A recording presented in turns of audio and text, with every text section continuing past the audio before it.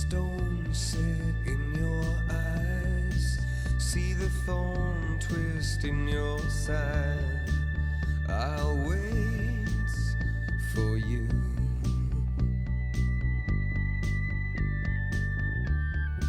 Sleight of hand and twist of fate, on a bed of nails she makes me wait. And I wait without you, with or without you, with or without you. Through the storm we reach the shore. You gave it all, but I want more. And I'm waiting for you, with or without you, with or without you. I can't live with or without you.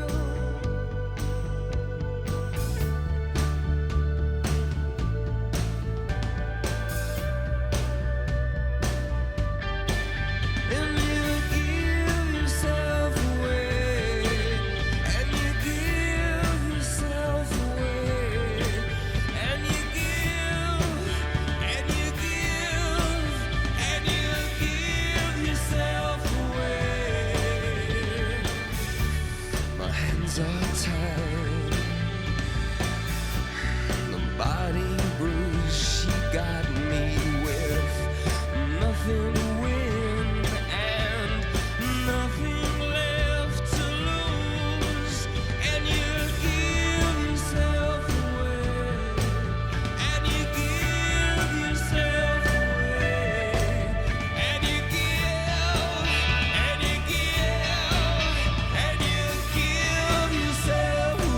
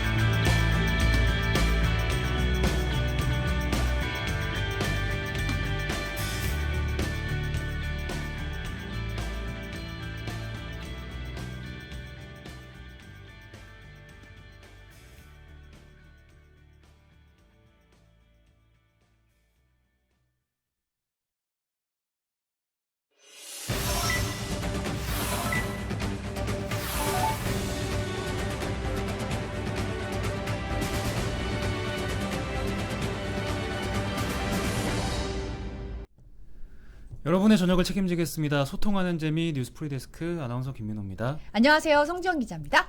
제14호 태풍 찬투가 시속 4km의 속도로 느리게 올라오고 있습니다. 내일부터 제주도와 남부지방은 영향권에 들겠는데요. 기상청은 모레 새벽에 제주 남쪽 해상을 지날 것으로 보고 제주도와 남부지방에 많은 비를 뿌릴 것으로 예상을 했습니다. 네, 경로도 아주 천천히 올라오고 있는 데다가 네. 경로도 살짝 틀어져서 원래 제주도 북쪽으로 갈 것 같다가 남쪽으로 이렇게 서귀포 쪽으로 좀 틀었다고 하더라고요. 네, 오늘도 일교차가 꽤 컸죠. 맞아요. 아침엔 좀 선선했는데 낮에는 뭐 땡볕 때문에 서울은 땀이. 엄청 덥더라고요. 요즘에 일교차가 너무 큰데 내일도 중부지방은 한낮에가 29도까지 올라간다고 하네요. 일교차가 이게 10도 이상 벌어지다 보니까 환절기에 건강 조심하시기 바랍니다. 네, 혹시 영향권에 계신 분들은 태풍 대비 잘 하시고요. 네. 피해가 없었으면 좋겠습니다. 강풍도 좀 있고 많은 비가 온다고 하니까 다들 좀 조심하셨으면 좋겠습니다. 네, 오늘 당첨자는 홍승표님이셨습니다. U2의 With or Without You 네. 들으셨고요.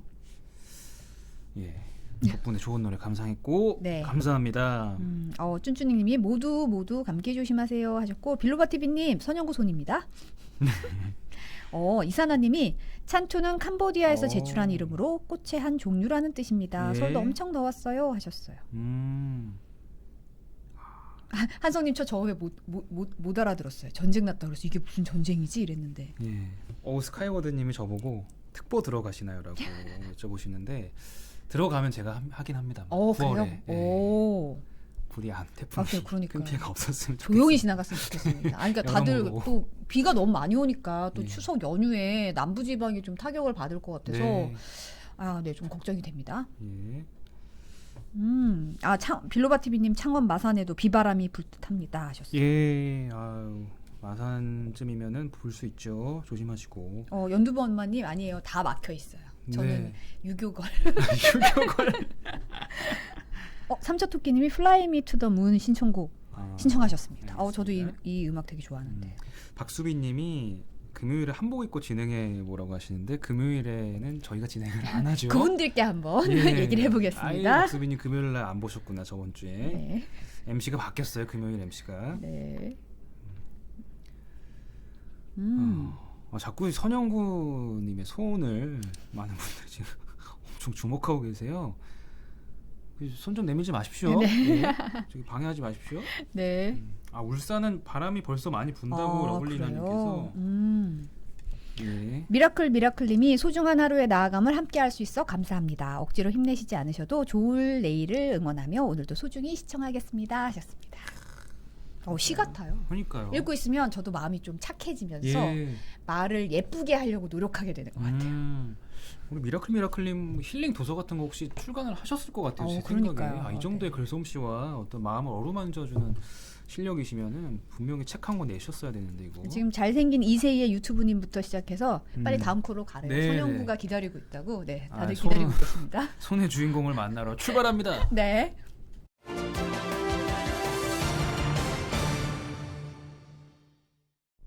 네, 이손영 아나운서의 손경제 시간입니다. 안녕하세요. 안녕하세요. 어떻게들 또 제 손인 거를 알아보시고. 그러니까 예. 마중물님이 주말에 첫 모자란 드레스 이뻤어요 하시더라고요. 이 훅 뚫린 여기 뚫린 거. 거.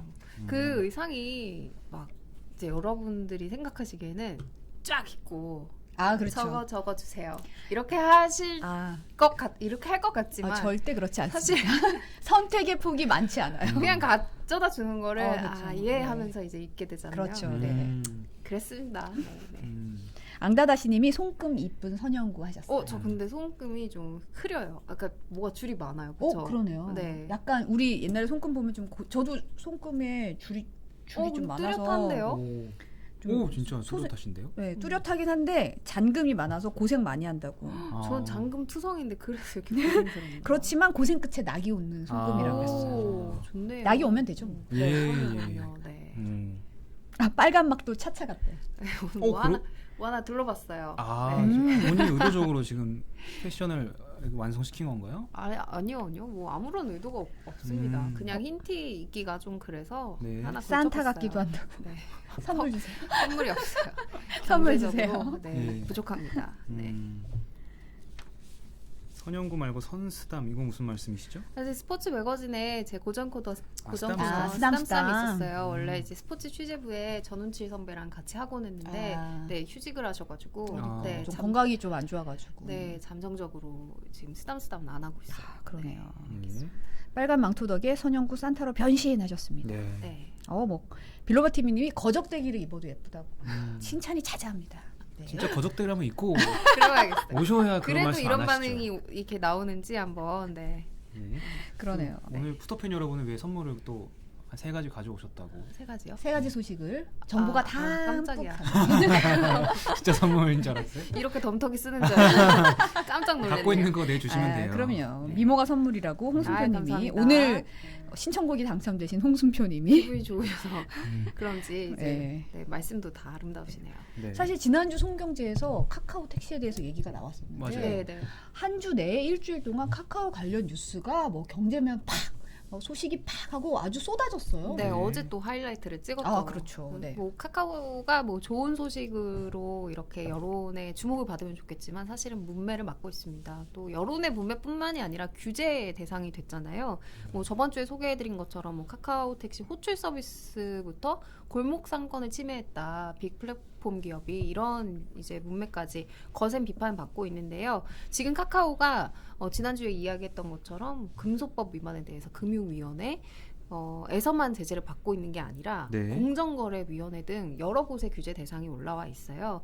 뭐 금융위에서 지난주에 이제 말씀드린 것처럼 카카오페이 등에서 투자 상품을 더 이상 이렇게 하면 안 된다라고 결론을 비교 내렸죠. 추천하면 안 된다고 했죠. 네네. 네. 그리고 이런 여파로 인해서인지 카카오페이가 당초 10월에 기업 공개 IPO를 할 예정이었는데 네. 이걸 미뤘어요. 어허. 그래서 뭐 카카오의 골목 상권 침해 논란은 또 한편으로는 이제 국정감사 예정돼 있잖아요. 10월에. 네. 그래서 같이 묶여서 큰 이슈가 될 것으로 보입니다. 네, 사실 오늘 좀 올라온 소식은 한상혁 방송통신위원장도 이게 오늘 통신 3사 대표랑 간담회를 했거든요. 네. 거기서 나온 질문에 대한 답변으로 이 온라인 플랫폼에 관해서 방통위 차원에서도 규제 방안을 마련할 계획이다 이런 얘기를 했거든요. 뭐 그러니까 방통위 차원에서 실태 조사하고 고치거나 제도 개선할 부분이 있으면 할 일을 하겠다 이런 입장이어서 지금 뭐 규제, 금융 또 공정위 또 방통위 다 이제 뭔가 한 들여다보겠다. 지금 이 사안에 대해서 좀 들여다보겠다 이런 입장이거든요. 네, 그게 사실은 이상한 일은 아닌 게 카카오가 워낙 지금 그렇죠. 문어발식으로 확장을 하고 있잖아요. 그렇다 보니까 이제 여러 곳에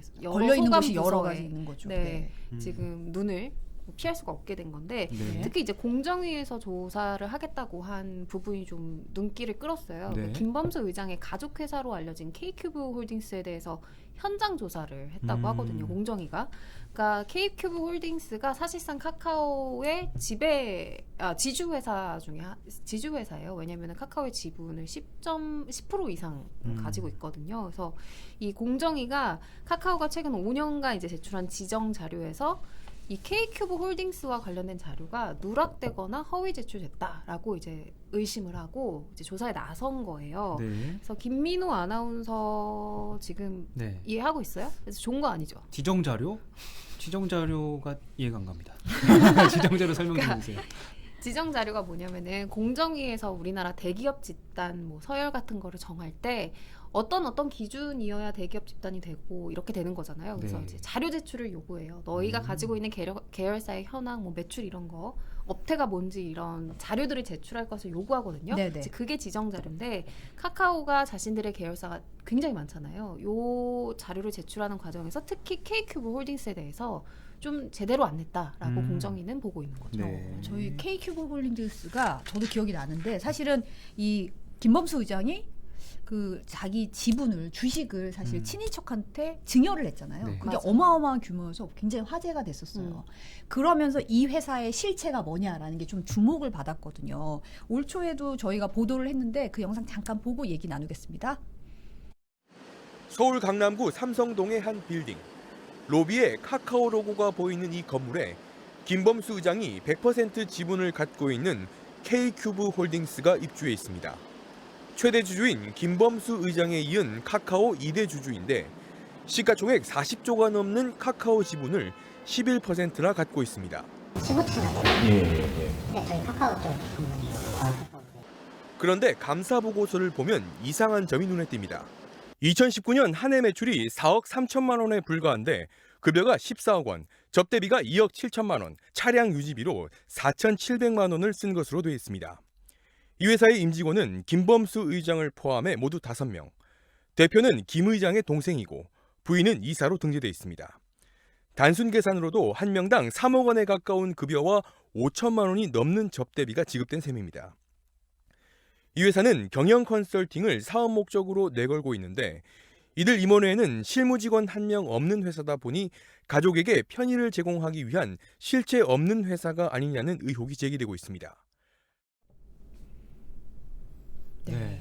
김 의장의 그 두 자녀가 이 회사에 재직하고 있는 사실도 알려졌었잖아요. 이게 경영권 승계를 준비하는 거다 이런 얘기도 있었거든요. 뭐 여러 가지 논란이 있습니다. 이게 뭐 카카오 그 김 의장의 뭐 지배력을 높이기 위한 도구에 불과하다 뭐 이런 이야기도 있고 굉장히 많은 의혹들이 있는데 공정위가 이번에 들여보고 있는 건 그 아까 말씀드렸던 지정 자료 있잖아요. 이거를 고의로 누락했냐 아니면 그냥 단순히 실수냐 자료가 많다 보니까 이 부분을 좀 들여다보고 있어요. 고의성 여부가 핵심인 거죠. 그렇죠. 그러니까 김 의장과 카카오가 뭐 이 뭐 계열사 뭐 정보를 보고하는 데 있어서 고의로 허위 자료를 제출했다면 이거는 형사처벌 대상이거든요. 그러면 이제 검찰의 조사나 이런 후속 조치가 이루어질 수 있기 때문에 고의냐 아니냐가 사실상 가장 핵심이라고 볼 수가 있습니다. 이게 사실 이게 더 논란이 된 건 카카오가 지정 자료를 누락해서 문제가 된 게 이번이 처음이 아니고 2016년에도 비슷한 사건으로 이제 논란이 됐었거든요. 그럼 그때는 그냥 실수다 해가지고 경고만 받고 끝난 거예요? 이게 좀 애매한 게 일단 공정위 조사 단계에서 1차적으로는 이게 실수인 것 같다 해서 경고 처분에서 끝났는데 검찰이 공정위의 판단과는 다르게 이거는 더 조사해 봐야 된다 해서 압수수색까지 이루어지고 결국에는 이제 구공판까지 가게 됐거든요. 그래서 약식 기소가 됐었어요. 김 의장이. 그래서 대법원까지 이 사건이 갔는데 김 의장이 허위로 자료 제출할 고의가 있었다고 단정하기 어렵다. 이렇게 해서 결국에는 이제 무죄가 선고가 됐습니다. 네. 그러니까 김민호 아나운서 말처럼 2016년 때는 그냥 실수다라고 해서 어느 정도 마무리가 된 건데요. 지금 이번 이 K큐브 홀딩스 관련해서는 아직 공정위 조사가 이루어지고 있어서 정확히 어떤 부분이 문제다, 뭐 이렇게 확실히 이야기를 드릴 수 없지만 아마도 업태 관련한 문제인 것 같아요. 그래서 공정위는 이 K큐브 홀딩스가 당초 신고한 것과는 다르게 금융업을 하고 있다라고 이제 의심을 하고 있고 K큐브 홀딩스가 금융업인 게 왜 문제가 되냐면 이 금융업인 회사들은 비금융 회사들의 지주회사가 될 수 없어요. 금산분리죠. 네, 그게 이제 금산분리법의 핵심인데 아까 말씀드렸다시피 K큐브 홀딩스라는 회사가 카카오 지분의 10%를 넘게 가지고 있는 지주회사잖아요. 그렇죠. 네네. 그렇기 때문에 금융업이라면 실질적으로 금융업이라면 금산분리를 위반하게 된 거죠. K큐브 홀딩스가. 네네. 그렇게 되면 아까 말씀드린 것처럼 김범수 의장이 형사처벌 대상이 될 수도 있는 거예요. 만약 고의로 요 금산분리를 피하기 위해 고의로 자료를 누락한 네, 거다라고 하면 그렇게 됐다면 이제 굉장히 큰 게 되는 거죠. 그래서 지금 굉장히 곤란한 상황에 처해 있는 거예요. 금융위, 뭐 공정위, 아까 얘기했던 것처럼 방통위 다 걸려 있는데 그 중에서도 이 공정위 조사가 지금 굉장히 카카오의 발목을 잡는다고 볼 수 있고 이 대목에서 사면 초과에 몰린 카카오가 어제 이제 3천억 규모의 소상공인 상생 방안을 발표한 거죠. 어떤 내용인지 한번 보고 오시죠. 네. 플랫폼 종사자와 소상공인들의 성장을 돕기 위해 앞으로 5년간 기금 3천억 원을 마련하겠다고 했습니다. 김범수 의장 개인 회사이자 카카오 2대 주주인 K큐브 홀딩스는 미래교육과 인재 양성에 집중하는 사회적 기업으로 전환하겠다고 했습니다.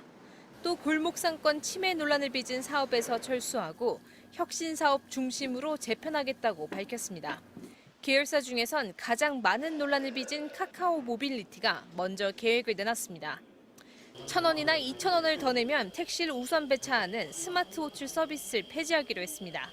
지난 8월 최고 5,000원으로 올렸다가 요금 인상 비난에 부딪혔던 그 서비스입니다. 택시기사에게 월 99,000원씩 받던 멤버십 요금은 39,000원으로 낮추기로 했습니다.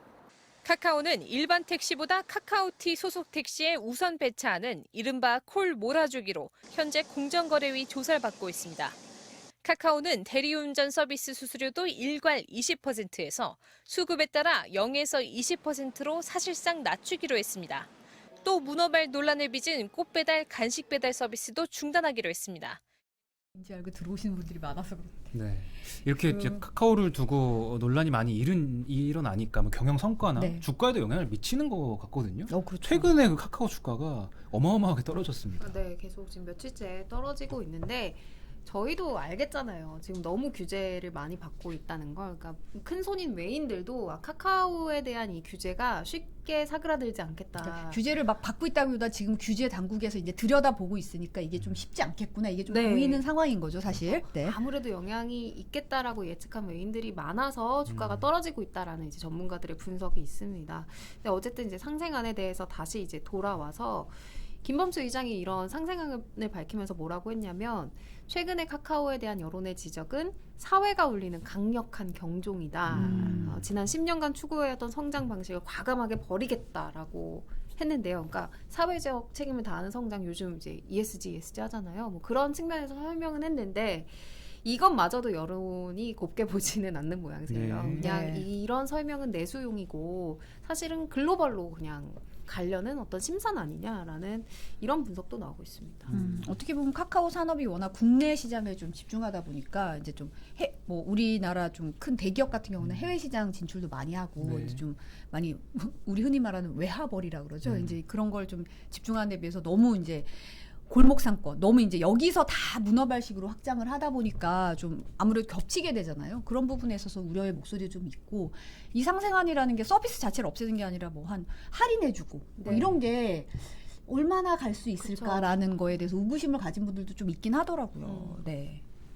사실 이제 플랫폼 기업들이 이렇게 문어발 확장을 하면서 방금 성지영 기자가 말씀해주신 문제들이 계속해서 이어지고 있잖아요. 그래서 대표적인 플랫폼 기업인 쿠팡도 카카오가 지금 사면 초과인 상황인 것처럼 동시에 떨고 있거든요. 네. 그 공정위의 김재신 부위원장이 이제 당초 카카오에 대해서 카카오티 모빌리티 관련해서 이제 직접적으로 카카오다라고 명시하지 않았지만 불공정 행위가 신고됐다. 그래서 조사할 거다라고 이야기하면서 이어서 주요 온라인 쇼핑 플랫폼에서 자체 브랜드 상품 좋은 자리 두고 입점업체 상품 하단에 노출시켰다는 신고도 들어와서 내가 조사할 거다. 우리가 조사할 거다라고 밝히면서 쿠팡인 걸 암시를 했거든요. 사실 쿠팡이 최근에 납품업체에 대한 갑질로 인해서 큰 이슈가 됐잖아요. 네. 작은 납품업체들뿐만이 아니라 뭐 LG생건 이렇게 큰 대기업에도 갑질을 해서 논란이 됐었는데 플랫폼 사업자들이 심판과 선수 역할을 겸하는 이중적 지위를 악용해서 자사에만 유리한 방식으로 규칙을 조정하고 왜곡하고 있다고 공정위 이 김재신 부위원장이 강력하게 비판하면서 플랫폼 기업의 지금과 같은 문어발 확장 그리고 어떤 갑질인 듯 아닌 듯한 갑질 이런 것들을 계속해서 모니터링할 계획을 밝혔습니다. 네. 코로나19 이후에 이제 직접적인 외부 활동에 제한이 되면서 플랫폼의 영향력이 어마무시해졌잖아요. 그렇죠. 커졌죠. 맞아요. 물론 근데 그것 때문에 이제 편리한 점은 있지만 이것 때문에 혜택 본 기업들은 뭐 진짜 뭐 협력 업체에 대한 갑질이나 소비자에 대한 갑질 아니면 뭐 법을 어긴다거나 이런 것들은 진짜 하면 안 될 것 같아요. 맞아요. 네, 맞아요. 네. KJJ님이 언론에서 보도하니까 그래도 맞긴 해 하셨고요. 오늘의 영화님도 대기업의 이익보다 노동자의 이익을 올리는 게 맞긴 하죠라고 말씀하셨습니다. 네. 김민호 아나운서 카카오 주식 있냐고 팔았는지 궁금하다고 쿠라이시스님이 댓글로 질문을 주셨어요. 예, 뭐 답해드리자면 팔았는데 쿠팡이 남아 있습니다.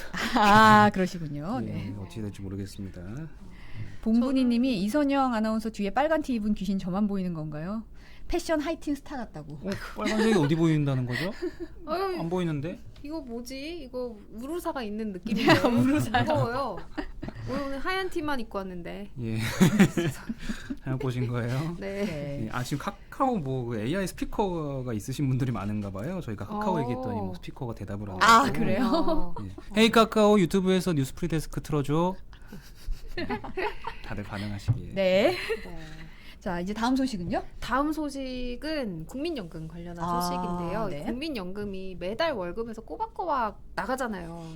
저만 그런지 몰라도 이게 당장 덕보는 게 사실은 없잖아요. 국민연금 내는 게 뭐 한 20-30년 후의 얘기잖아요. 그러니까요. 저는 좀 이게 그냥 세금이랑 묶여서 느껴지더라고요. 그냥 세금 내는 것 같아요. 당장 다 나한테 떼가니까 일단 떼고 오니까. 네. 그래서 공제되는 거에 그냥 다 포함이 돼서 뭔가 세금처럼 느껴지는데 이게 급여에 따라서 내는 구조잖아요. 급여가 네. 많은 사람은 많이 내고 적게 내는 사람 적게 내고 그래서 좀 사람들마다 체감하는 정도야 다르겠지만 이게 사실 매달 나가는 거여서 다 합치면 굉장히 쏠쏠한 금액이란 말이에요. 네. 그래서 여기에 이제 이자를 붙여서 퇴직한 후에 연금으로 받을 수 있다고 하니까 이제 그걸 믿고 아무 소리 없이 그냥 내는 거죠. 어허. 그래서 그리고 사실상 이제 국민연금이 뭐 군대에 가거나 소득이 없는 사람 이런 사람들은 이제 강제로 걷어가진 않지만 네. 임의가입자라고 하거든요.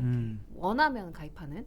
근데 어쨌든 기본적으로는 18세부터 60세까지는 의무 가입을 해야만 하는 구조기 때문에 요 매달 나가는 금액이 뭐 조금 쏠쏠하게 크다고 하더라도 안 낼 방법이 없어요. 그리고 우리나라 성인들 대부분이 가입을 했다 이렇게 생각해도 되죠. 이 규모가 2천만 명이라고 합니다. 오.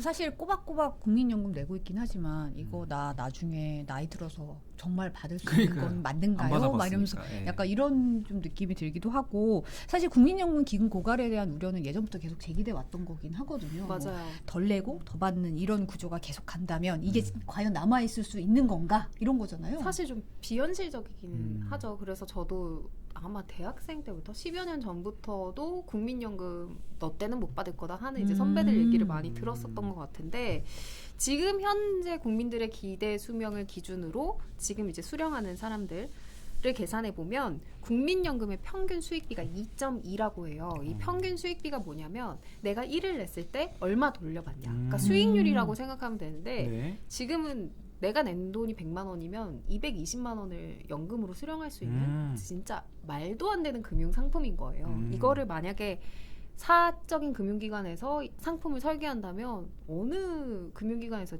2.2배, 220%를 주지 못할 거 아니에요. 네. 남는 게 없으니까. 그래서 만약에 이걸 상식적으로 생각을 해본다면 2.2배를 돌려받는다면 국민연금이 가지고 있는 자산의 수익률도 적어도 220% 이상은 돼야 된다는 얘기잖아요. 그래야 이제 고갈되지 않고 계속해서 연금을 지불할 수 있다는 얘기니까요. 근데 현실은 어떠냐면 어느 정도 수익이 날 것 같아요?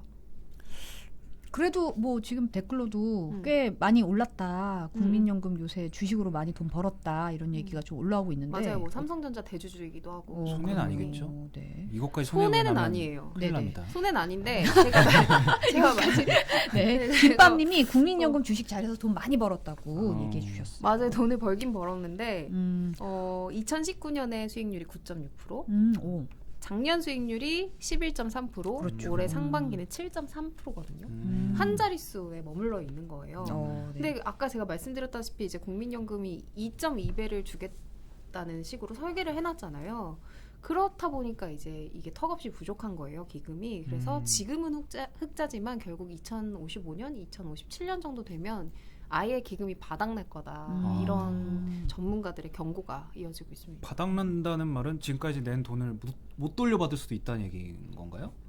그럴 수도 있다는 거. 그럴 수도 있다. 네, 예. 아깝죠. 아니 이거 바꿔야 될 것 같은데 당장 구조를 이러면 안 되죠. 지금 돈 낸 게 있는데. 그렇죠. 그래서 사실 이게 내가 100을 냈는데 220을 주겠다는 이 구조 자체가 사실은 말도 안 되는 거기 때문에 연금 개혁이 필요하다는 이야기는 뭐 전문가들을 비롯해서 정치권에서도 계속 나오고 있어요. 지금 대선 주자들도 뭐 여당에서는 1명, 뭐 야당에서는 한 3-4명 정도가 연금 개혁을 이야기는 하고 있거든요. 그래서 이런 뭐 연금 개혁이 필요하다는 의견과 공감대에 비해서 추진은 잘 안 되고 있어요. 왜냐하면 사람들이 연금 받는 걸 줄이겠다는데 누가 찬성을 하겠어요. 네. 그러니까 어려운 일인데 그리고 1988년부터 이어져 온 구조기 때문에 한 번에 바꾸기란 쉽지가 않겠죠. 그래서 천천히 바꾼다고 해도 그럼 지금 우리가 할 수 있는 건 뭐냐? 어쨌든 가입한 사람들한테 잘 징수를 해서 그렇죠. 최대한 기금을 충분하게 네. 만드는 게 이제 할 수 있는 일일 거잖아요. 그쵸. 당장 제도는 바꾸기 힘드니까.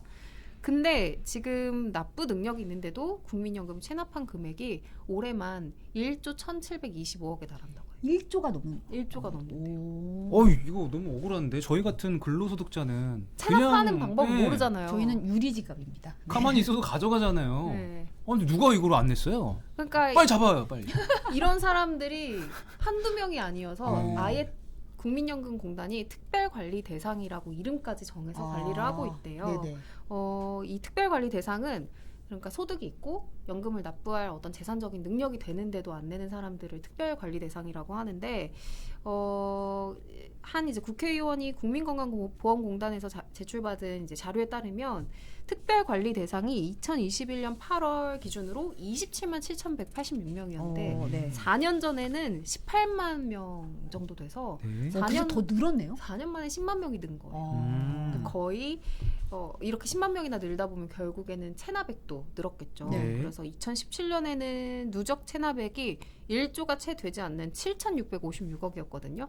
근데 지금 얼마냐면 아까 말씀드렸던 것처럼 1조 1,725억으로 4년 새 53%반 이상이 증가한 거예요. 엄청 올랐네요. 그럼 보통 어떤 분들이 체납을 하시는 거예요? 그러니까 아까도 말씀드렸듯이 이게 능력이 있는데 안 내는 사람들이 일단 특별관리 대상이고 이 중에서도 특히 이제 전문직 종사자로 분류된 변호사, 의사 이런 사람들뿐만이 아니라 어허. 고소득자인 연예인, 아. 프로 운동선수 그리고 이번에 또 새롭게 조사된 게 유튜버 고소득자 아. 이런 분들이 체납을 많이 하고 있는데 올해만 총 3,128명이고 체납 규모가 150억 원에 달했다고 합니다.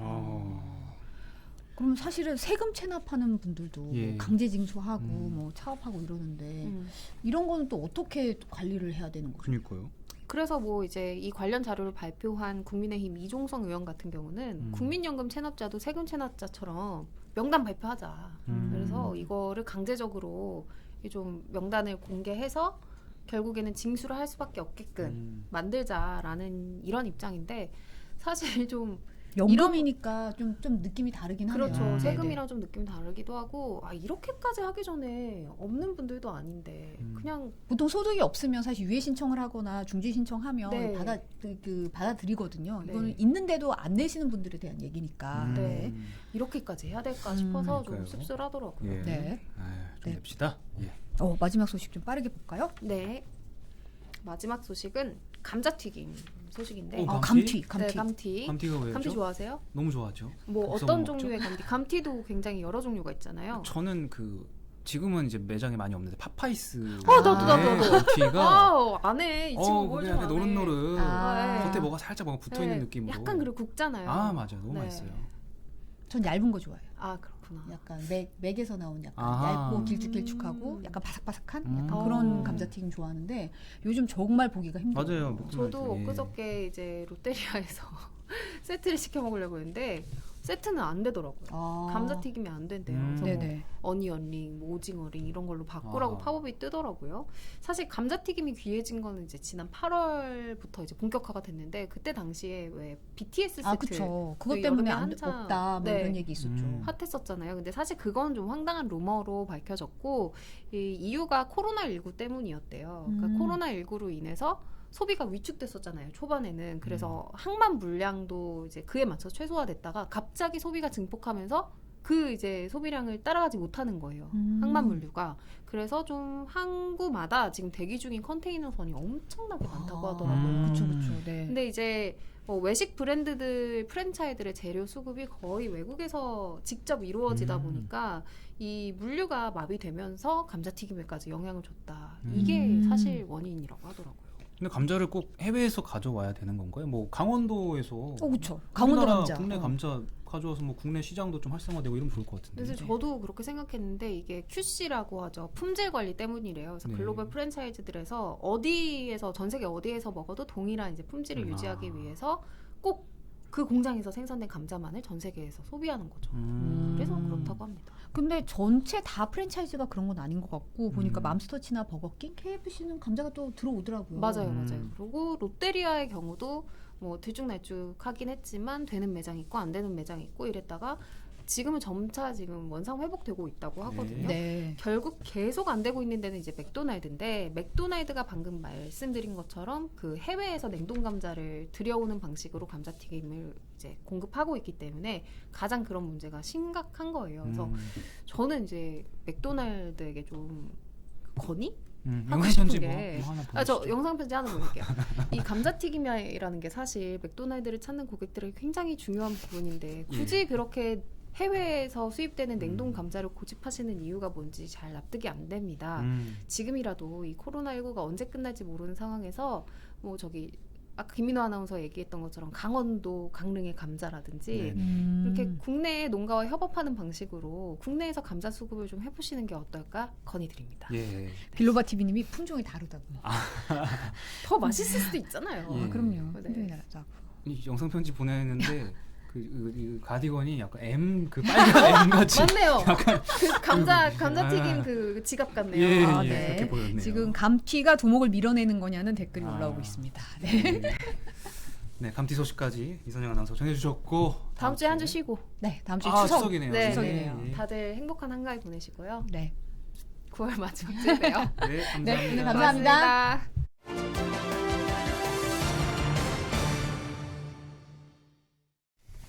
네, 퀴즈트 산책입니다. 노지필 기자 나오셨습니다. 이선영 아나운서가 점점 지능적으로 바뀌고 있는 것 같습니다. 오, 시간 잡아먹으려고 쓸데없는 걸 다 하고 그러니까요. 영상 편집 왜 보내요 지금 여기서? 죄송합니다. 제가 네. 보내라고.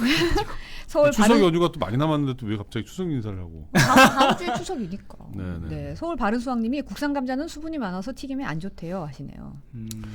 제가 좀 마음이 안 좋은 게 코코동절님이 안 오셨어요. 아니, 그러니까 어, 어디 가신 그러니까요. 거예요? 아리동절님으로라도 오실 줄 알았는데. 어제 차단에 상처가 좀 굉장히 아, 그런 건가요? 보기보다 굉장히 좀 돌아오세요. 멘탈이 약하신 분이 돌아오세요. 아닌가 네. 싶은 생각이 드는데 그래도 툭툭 던져주시는 댓글이 저희에게 그렇죠.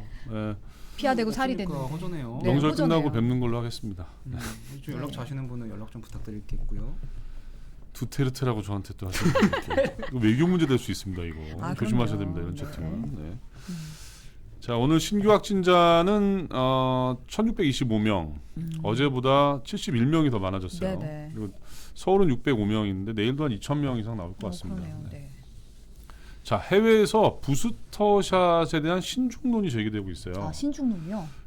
일부 과학자들이 그 의학 전문지 랜시트에다가 이제 실었는데 그 이유는 뭐냐면 지금 이제 빨리 부스터샷을 맞는 게 오히려 이제 심근염 같은 부작용을 야기할 수 있다는 거예요.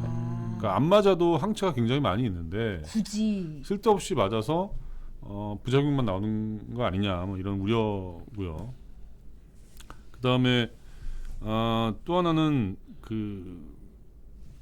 이게 또 효과가 괜찮으니까 대신 이제 면역이 약하고 항체가 좀 부족하신 분들은 좀 맞아도 된다. 근데 문제는 이제 강력한 변이가 나오면 어쩔 수 없다는 거죠. 부스터샷을 맞을 수밖에 없다라는 건데 저희가 한번 따져봤습니다. 네.